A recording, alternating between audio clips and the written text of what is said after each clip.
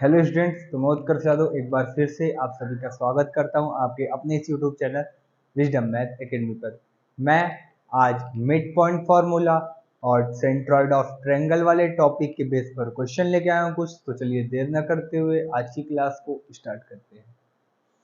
कल की क्लास में हमने पढ़ा था मिड पॉइंट फार्मूला और उसी के साथ में हमने पढ़ा था क्या, सेंट्रॉइड ऑफ ट्रायंगल का फार्मूला। ठीक, तो आज का जो पहला क्वेश्चन है उनके बेस पर क्या कह रहा है कि कोई पॉइंट ए दिया है जिसके कोऑर्डिनेट्स है 9,4 एंड कोई दूसरा पॉइंट है जिसके कोऑर्डिनेट्स है 3,8 और बोल रहा है मिड पॉइंट फाइंड करने को। तो मिड पॉइंट का फॉर्मूला हमको पता है क्या होता है। मिड पॉइंट का फॉर्मूला होता है हमारा x1 प्लस x2 अपॉन में 2 y1 प्लस y2 अपॉन में 2। तो हमारे पास कोऑर्डिनेट क्या क्या दिए हुए हैं। ए का कोऑर्डिनेट दिया हुआ है 9,4 और बी का क्या दिया हुआ है 3,8। तो यहाँ से हम देख लेंगे x1 हमारे पास 9 दिया है और y1 4 दिया हुआ है। ठीक इसी प्रकार यहाँ x2 3 और y2 कितना है 8 है।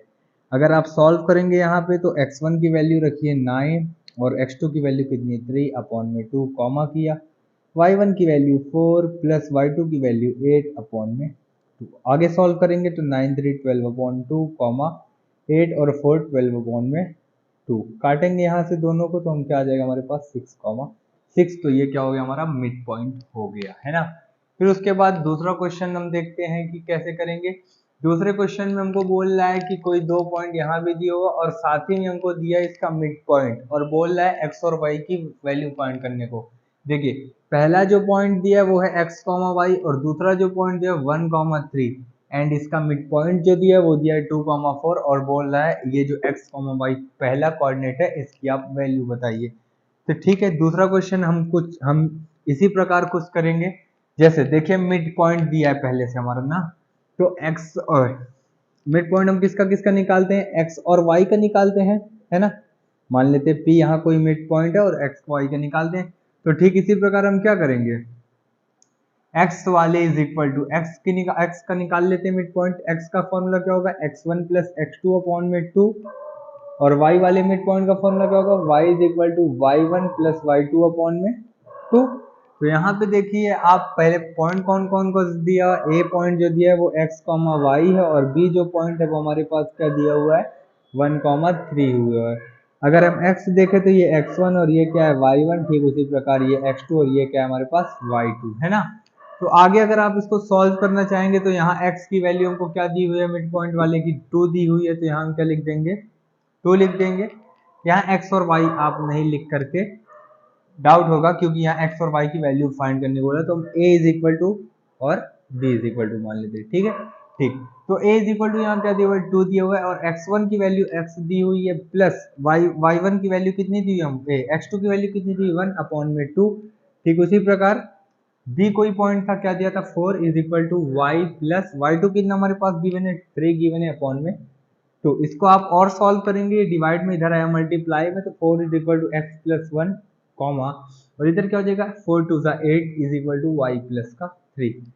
ये प्लस का 1 है, इधर आएगा माइनस का 1, तो x इज इक्वल टू हमको कितना मिलेगा 3 मिलेगा और इसी प्रकार ये प्लस का 3 इधर आएगा माइनस का 3, तो y इज इक्वल टू हमको क्या मिलेगा 5 मिलेगा। तो यहाँ से हम क्या कर लिए x और y की वैल्यू फाइंड कर लिए। ठीक है, तो आप कुछ इस प्रकार से जब इस टाइप का क्वेश्चन आएगा वैल्यू फाइंड करने वाला तो आप ये अप्लाई करेंगे। ठीक है, तो तीसरा क्वेश्चन पे चलते हैं। अब हमारा तीसरा क्वेश्चन क्या कह रहा है कि find centroid of triangle if 3, 4 पहला पॉइंट है, दूसरा पॉइंट है 8, -8 और तीसरा पॉइंट दिया हुआ है 2, -6 है ना।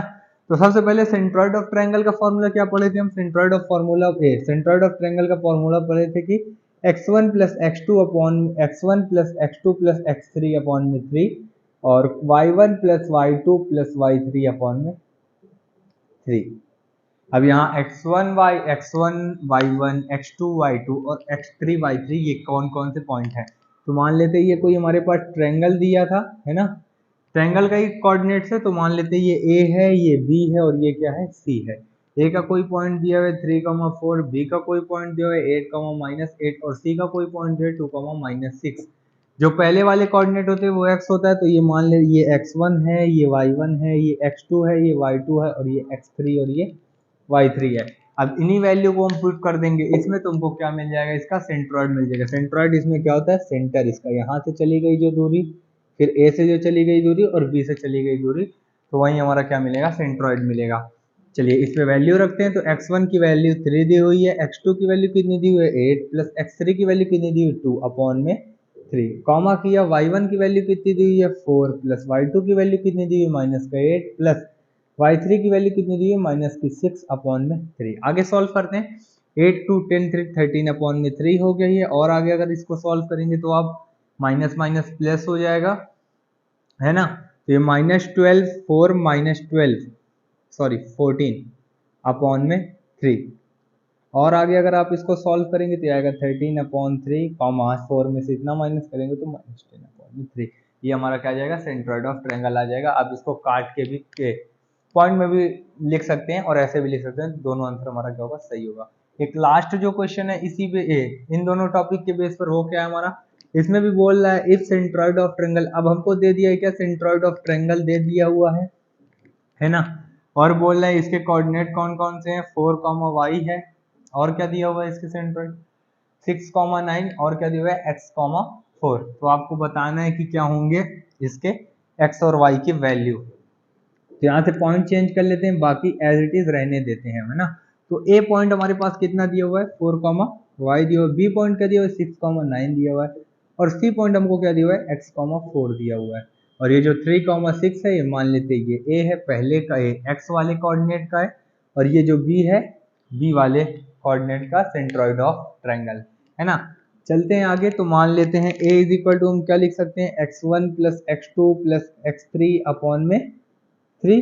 ठीक उसी प्रकार यहाँ क्या कर सकते हैं, b is equal to y1 plus y2 plus y3 upon में 3 कर सकते हैं। ठीक, यहाँ सबसे पहले देख लेते हैं हमारे पास गिवन क्या क्या है, ये x1 हो गया, ये y1 हो गया, ये x2 हो गया, ये y2 हो गया, ये x3 हो गया, ये y3 हो गया, है ना। तो वैल्यू पुट कर लेते हैं। a इज इक्वल टू हमारे पास कितना गिवन है 3 गिवन है, x1 की वैल्यू 4 प्लस y1 x2 की वैल्यू 6, x3 की वैल्यू x अपॉन में 3। आप इसको सॉल्व करेंगे, मल्टीप्लाई में डिवाइड में उधर गया मल्टीप्लाई में, 3 3 9 और 6 4 को ऐड किया 10 प्लस x, प्लस का इधर आया माइनस का, तो x इज इक्वल टू हमारे पास कितना आ जाएगा -1 आ जाएगा। ठीक उसी प्रकार इसको सॉल्व करेंगे तो b is equal to 6 is equal to y1 की value y plus y2 plus y3 upon में 3, डिवाइड में उधर गया मल्टीप्लाई में, तो 6 3 18 9 4 को ऐड करेंगे कितना हो जाएगा 13, प्लस का इधर आया माइनस का, तो y इज इक्वल टू हमारे पास कितना आ जाएगा -5।